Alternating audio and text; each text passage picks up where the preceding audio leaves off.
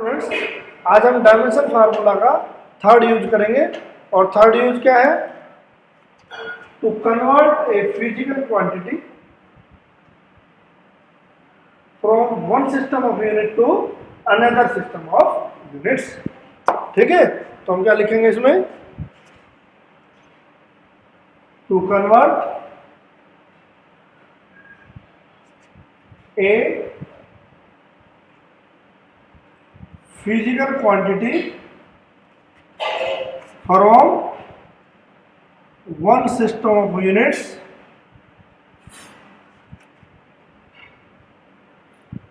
into another system of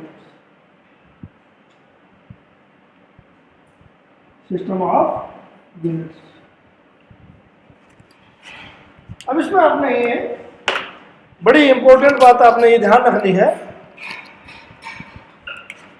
कि simple मान लीजिए कोई भी आपके पास इक्वेशन होती है तो उसमें आपका एक यूनिट है, तो मैं कहता हूं 1 न्यूटन, तो इसका मतलब क्या हो गया?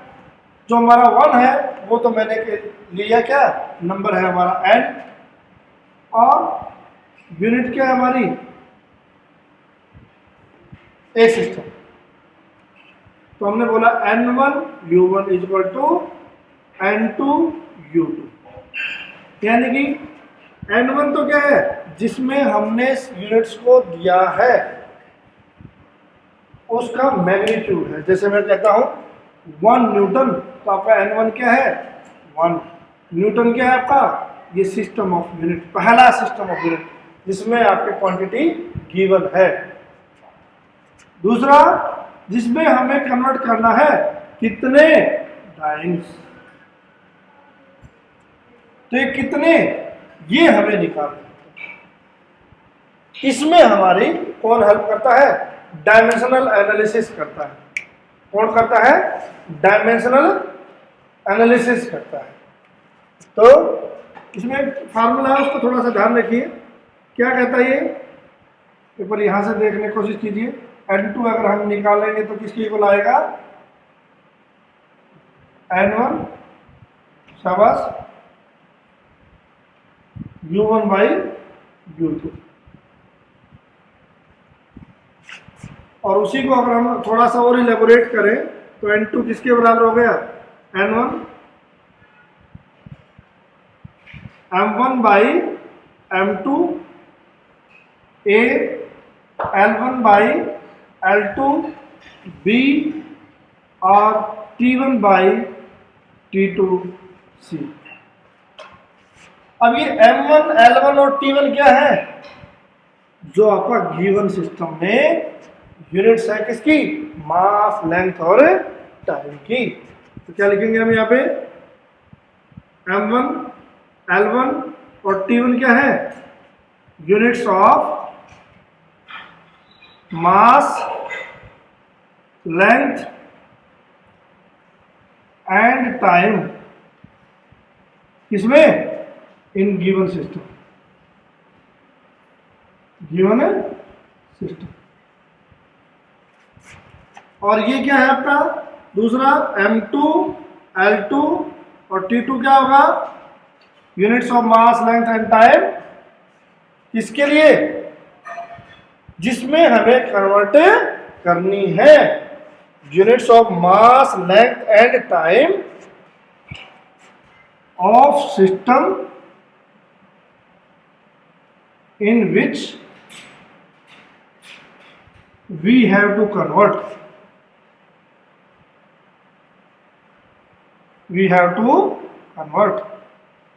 ये ध्यान है। ये क्या है? जिसमें हमें कन्वर्ट करनी है, यानी कि ये वाला सिस्टम। और उसके बाद क्या रहेगा हमारे पास? n1 और n2 क्या है? न्यूमेरिकल वैल्यूज है। ये न्यूमेरिकल वैल्यूज ए, बी और सी, शाबाश, ए, बी एंड सी क्या होंगे? डायमेंशन। किसके डायमेंशन है? Of physical quantity. अब इसको हम थोड़ा सा न्यूमेरिकल से अच्छे से एलेबोरेट करेंगे। ठीक है। देखिए मान लिया मैं कहता हूं आपको, हम यही न्यूमेरिकल उठा लेते हैं,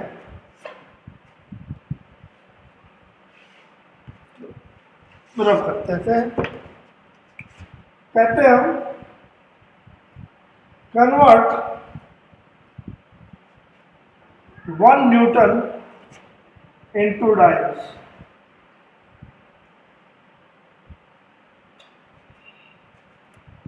तो सबसे पहले तो हमने क्या करना है, आंख बंद करके फार्मूला लिख लेना है। फार्मूला क्या कहता है, फार्मूला बोलिए शाबाश। N1 very good, M1 divide by M2 बहुत अच्छे, जल्दी याद हो गया आपका। तो A L1 L2 शाबाश, B T1 T2 शाबाश, C। अब हमने ये बात ध्यान रखनी है यहाँ पे कि हमें सबसे पहले लिखना है कि M1 L1 और T1 क्या है। तो देखिए M1 L1 और T1। M1 किस में है आपका, न्यूटन है, और न्यूटन किस में लिखते हैं हम, MKS यूनिट्स में, और MKS यूनिट्स में मास किस में होता है, किलोग्राम। लेंथ किस में होती है, मीटर। टाइम किस में होता है, सेकंड। उसके बाद दूसरा सिस्टम क्या है हमारा, डाइन। डाइन किस में लेंगे हम, CGS में होता है आपका। तो इसमें M2 L2 और T2। M2 किसके बराबर हुआ आपका, किस में होता है, ग्राम में। L2 किस में, सेंटीमीटर में। T2 किस में, सेकंड। अब क्या चाहिए हमारे को, N1 कितना दिया हुआ है, ये वाला 1। N2 निकालना है जी। अब A B और C भी नहीं पता, तो A B और C क्या होंगे आपके, डायमेंशंस है ऑफ द फिजिकल क्वांटिटी। और फिजिकल क्वांटिटी क्या है, न्यूटन किसकी यूनिट होती है, फोर्स की। शाबाश बहुत अच्छे, फोर्स की। तो फोर्स का फार्मूला क्या लिखेंगे हम, M/L/T-2। तो उसके अंदर आपका ये फार्मूला हमारा। तो यहाँ पे A किसके बराबर हुआ, 1, B किसके बराबर हुआ, 1, C किसके बराबर हुआ, -2। और कुछ नहीं है। अब सारी ये वैल्यूज उठा के इसमें, और क्या कहेंगे ये वैल्यू, देखते थे। N2 = N1 कितना है, 1। M1 कितना है, kilogram, divide by M2 gram. Power A 1। Similarly L1 by L2 metre by centimetre. Power B 1। और ये किसमें, T1 by T2 second by second, -2। Power C है ना, C कितना है, अब चाहे तो आप किलोग्राम को ग्राम में कन्वर्ट कर लीजिए, और चाहे आप ग्राम को किलोग्राम में कन्वर्ट कर लीजिए, उससे आपका रिजल्ट कोई फर्क नहीं आएगा। देखते रहिए कैसे। तो हम क्या करते हैं, बड़ी को छोटी में कन्वर्ट कर देते हैं। तो हमने क्या कहा, 1 किलोग्राम 1000 ग्राम, पावर 1। 1 मीटर में कितने centimetre, 100 centimetre, divide by centimetre. 1 second by.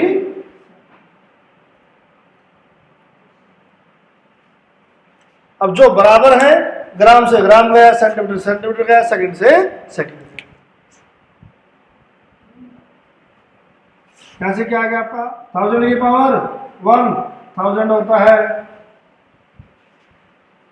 100 की पावर 1 100 होता है, 1 की पावर -2 तो क्या लिखेंगे 1/1 इसकी पावर -2, तो क्या होगा 1 का 1 और 1 की पावर -2 का मतलब क्या होगा 1 डिवाइड बाई नीचे चला गया, 1 की पावर -1 की 2, 1 की पावर 2 क्या हो गया 1 हो गया, तो क्या हो गया हमारे पास 1/1, तो आंसर क्या हो गया हमारे पास वापिस 1 आ गया, तो मल्टीप्लाइड बाई 1। और इधर भी क्या है हमारे पास 1, तो क्या आ गया हमारे पास 3 ये हो गए, 2 ये हो गए, 1 2 3 4 5, और इसको हम क्या लिख सकते हैं 5। अब आपको एक इंपॉर्टेंट बात जो ध्यान रखनी है वो ये रखनी है, आप यहाँ पे कभी भी ये मत लिखना, बहुत सारे मैंने अभी तक देखा है, बहुत रेयरली बच्चे ऐसे हैं जो यहाँ पे यूनिट नहीं लिखते, नहीं तो सीधा क्या करेंगे n2 = 10 की पावर 5, आगे जो भी यूनिट निकालनी है, जैसे हमने डाई निकालना तो यहीं पे डाई लिख देंगे, गलत है वो। आपको क्या लिखना है, क्योंकि भाई n2 क्या है, हमने क्या लिखा था n2 क्या होता है कि केवल और केवल प्योर नंबर है, उसकी यूनिट नहीं होगी, तो इसके लिए क्या करेंगे हम ऐसे लिखेंगे हम 1 न्यूटन = 10 की पावर 5 डाइन्स। ठीक है, कोई दिक्कत नहीं है ना।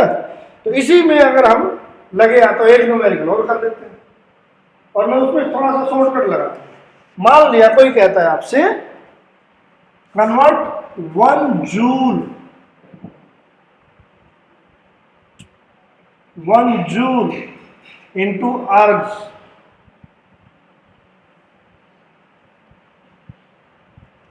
तो क्या करेंगे, तो आपको क्या करना पड़ेगा, यही फार्मूला लिखेंगे, वही जूल किस में होता है आपका एमकेएस में, अर्ग्स किसमें सीजीएस में, तो वही m1 n1 t1 ये बिल्कुल सही वही रहेगा, n1 सेम वही, n2 वही आपने निकालना है, और यहां पे हमने क्या लिया था फोर्स, उसी जगह पे क्या आ जाएगा आपका एनर्जी, क्या आ जाएगा एनर्जी, क्या लिख देंगे हम एनर्जी, और एनर्जी का फार्मूला ml2 t-2, तो यहां पे बस क्या चेंज होगा 2, बाकी सेम, यहां पे क्या आ जाएगा 2, यहां पे क्या आ जाएगा 2, और एक और ये चेंज हो जाएगा, यहाँ पे क्या आ जाएगा आपका 4 0 आ जाएगा, और यहाँ पे 2 0 एक्स्ट्रा आ जाएगी, और यहाँ पे क्या आ जाएगा आपका 7 आ जाएगा, और ये आपका क्या आ जाएगा 7, और ये क्या होगा 1 जूल इंटू अर्ग्स। ठीक है, कर दिया ना। अब आप ऐसा नहीं कर सकते, आपको पूरा सॉल्व करना पड़ेगा। तो मैंने आपको क्या बताया कि केवल और केवल क्या चेंज हुआ, सिर्फ डायमेंशन से रिलेटेड वैल्यू चेंज हुई और कुछ भी नहीं। इसी प्रकार एक और इसमें चेंज आ सकता है, मान लिया अगर कोई कह देता है, मैं ग्रीन पेन से आपको इसको करके बताता हूं, मान लो यहां पर लिख देता है 10 जूल, क्या लिख देता है 10 जूल, तो हमारा n1 क्या आ जाएगा 10 जूल, सेम चलेगा, बिल्कुल सेम चलेगा, और यहाँ पे ये था आपका 10 हो जाएगा, ये 10 हो जाएगा, यहाँ पे 10 हो जाएगा, और यहाँ पे 1 0 और आ गई एक्स्ट्रा, और ये 7 था तो इसकी जब क्या आ जाएगा आपका 8 हो जाएगा, और सेम चलेगा 8। ठीक है, तो मतलब आपको ये देख रहा है कि क्या दिया गया है और क्या आपने निकाला। और क्विकली मैं आपको एक थर्ड एग्जांपल करवाता हूं। अब यहां तो हमने क्या कह दिया कि हमने 1 जूल को अर्ग्स में कन्वर्ट करो, तो कई बार क्या करता है वो आपको कंफ्यूज करने के लिए मैं एक थोड़ा सा टिपिकल सा एग्जांपल बताता हूं। वो कहता है कि 100 न्यूटन है, 100 न्यूटन है आपके पास, और आपने उसको एक नए सिस्टम में बदलना है, न्यू यूनिट्स में, न्यू यूनिट्स में बदलना है। ये इसका मतलब ये तो हमें पता है, अब न्यू यूनिट ये नहीं पता हमें। तो नई यूनिट क्या कहता है भाई? वो ये कहता है कि जिसका मास किस में हो, क्विंटल में हो, लेंथ किलोमीटर में हो, और टाइम किस में हो, आवर में हो। बोलो, नया सिस्टम है, नई यूनिट बनाओ, हमें नहीं पता क्या होगा। तो क्या करना है, कोई घबराने की बात नहीं है। यहाँ क्या है आपका फोर्स है, N2 क्या हो गया हमारा 100 ही चल रहा है, N1 सॉरी, N1 क्या हो गया 100। यहाँ पे एनर्जी की बजाय हमने क्या लिख दिया, फोर्स। ये आपका वापस ml t माइनस 2 वही रहेगा, ये आपका वही रहेगा। अब क्या करना हमने, यहाँ पे क्या दिया हुआ है 100 ऑफ, उसके बाद डमसन फार्मूला भी हमने चेंज कर दिया, तो यहाँ भी चेंज कर देंगे हम।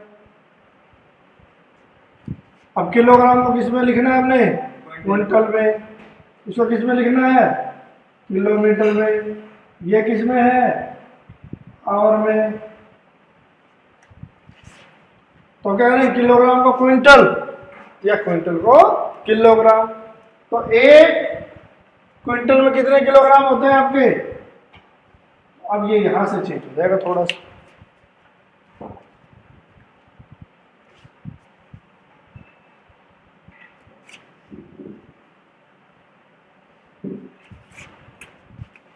क्या होगा आपके पास 100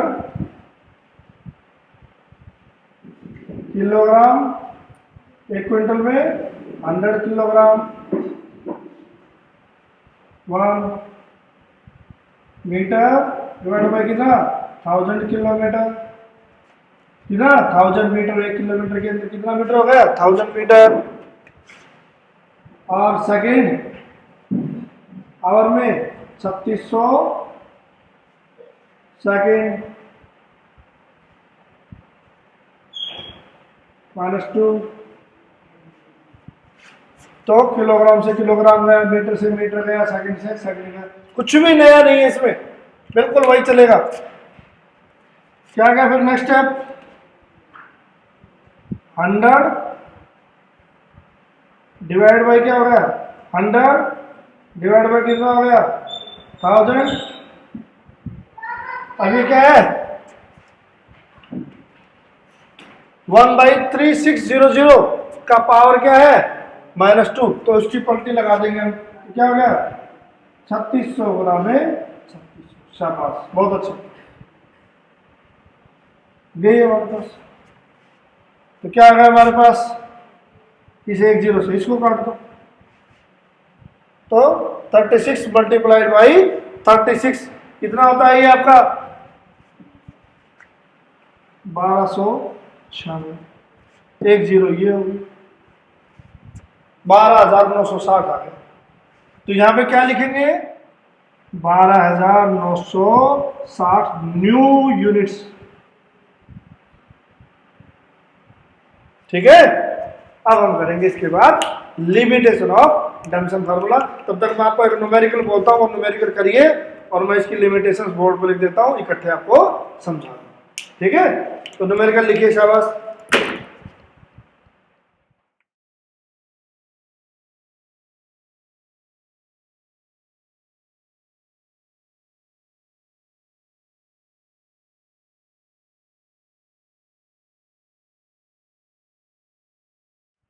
तो जब तक आप लोगों ने न्यूमेरिकल किया तब तक मैंने जो है ना इसकी लिमिटेशंस लिख दी। डायमेंशन फार्मूला की लिमिटेशंस क्या है, तो डायमेंशन फार्मूला की जो पहली लिमिटेशन क्या कहती है कि एक ही सिंगल फार्मूला है जो आपका एक साथ more than one physical quantity को डिनोट करता है। तो मान लिया एक मिनट के लिए मैं कह देता हूं कि ml2t-2 लिख दिया। अब ये किस किस को रिप्रेजेंट कर सकता है, वर्क को भी, एनर्जी को भी, टॉर्क को भी। इसी तरह से अगर मैं लिख देता हूं आपके लिए m0 l0 t0, तो ये फार्मूला किस चीज को रिप्रेजेंट करेगा?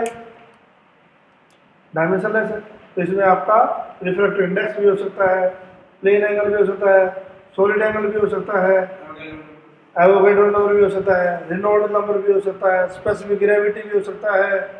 ठीक है, तो इस तरह से कुछ, तो हम डायमेंशन फार्मूला को देख के फिजिकल क्वांटिटी का आइडिया, स्पेसिफिक फिजिकल क्वांटिटी का आइडिया नहीं लगा सकते कि यही होगी।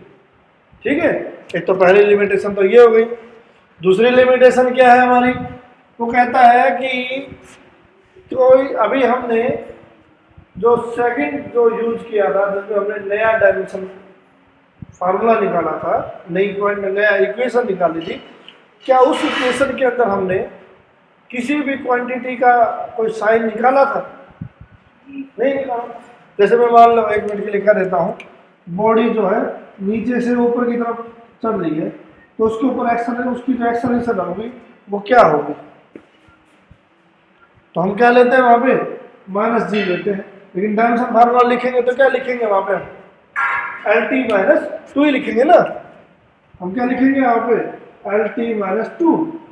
बाहर माइनस थोड़ी ना लगाएंगे, तो हमें थोड़ी पता है कि फार्मूले से कि ये बॉडी ऊपर की तरफ जा रही है कि ये नीचे की तरफ आ रही है। तो हमें डायमेंशन फार्मूला से हमें क्या नहीं पता लगता? उसका साइन पता नहीं था कि वो पॉजिटिव है कि नेगेटिव है। उसके बाद थर्ड आता है हमारे पास कांस्टेंट। जब हमने इक्वेशन ड्राइव की थी तो हमने वहां पे पर्टिकुलर पॉइंट लिखा था, the value of the k can not be find out with the help of the dimensional formula. तो वही बात है, तो वैल्यू कांस्टेंट भी हम नहीं निकाल सकते, ये भी एक लिमिटेशन होगी, उसके लिए एक्सपेरिमेंट चाहिए। और उसके बाद फोर्थ है हमारे क्वांटिटी। अब हमने जो फार्मूला निकाला था उसमें हमारा फोर्थ एग्जांपल जो मैंने अपने लेक्चर में आपको करवाया था, उसमें हमने रेट ऑफ फ्लो के लिए था, तो उसमें हमने ये देखा था कि 4 क्वांटिटीज थी आपकी। 4 क्वांटिटीज कौन कौन सी थी आपकी? एक तो था प्रेशर, विस्कोसिटी, और क्या था आपका? रेडियस ऑफ द पाइप, और क्या था आपका? क्या था? प्रेशर था, विस्कोसिटी था, रेडियस था, और एक लेंथ ऑफ द पाइप था। शाबाश, बहुत अच्छे। क्या था? Length of the pipe. Very good, इसको पढ़ते हो आप लोग? गुड। तो हम इन 4 क्वांटिटी का डायरेक्ट ABCD करके हमने नहीं निकाला था फार्मूला। तो हमने क्या किया था वहां पे? इन 4 को हमने 3 में कन्वर्ट किया था। क्या है ना? शाबाश। तो इसको हमने कन्वर्ट किया था, तो हम ऐसा फार्मूला नहीं निकाल सकते डायरेक्ट सीधा कि जिससे हम वही इक्वेशन बनाई, MLT को कंपेरिजन किया और सोल्व कर दिया। तो डायरेक्ट नहीं निकाल सकते, आपको कन्वर्ट किया। हमने 4 को पहले 3 में कन्वर्ट किया था। इसका 3 से ज़्यादा की अगर कोई क्वांटिटी है और वो अगर आपने फार्मूला निकालना है तो वो फार्मूला नहीं निकाल सकता, या निकालना है तो आपको कोई ना कोई तरीका यूज करना पड़ेगा। ठीक है, उसके बाद लास्ट आता क्या? आपने कोई ऐसा इक्वेशन या ऐसा फार्मूला ड्राइव किया था जिसमें लॉग आता हो, एंटी लॉग आता हो, साइन आता हो, कोसाइन आता हो, यानी कोई भी ट्रिग्नोमेट्रिक फंक्शन आता हो, एक्सपोनेंशियल फंक्शन आता हो? नहीं किया ना हमने। अब नहीं किया तो क्यों नहीं किया? क्योंकि ऐसा निकल ही नहीं सकता, ऐसा कभी आ ही नहीं सकता। तो वो भी क्या हमारी डायमेंशनल फार्मूला की लिमिटेशन है। तो गया? तो इस तरह से आप अगर NCERT के हिसाब से देखेंगे तो आपकी थर्ड जो आपका चैप्टर है वो खत्म हो गया। अदरवाइज हम फ्री तरीके से कर रहे हैं, सीरीज में करते चले जा रहे हैं। तो ये आपका डायमेंशनल एनालिसिस का एटलीस्ट टॉपिक क्या हो गया यहाँ पे पूरा। ठीक है, ठीक।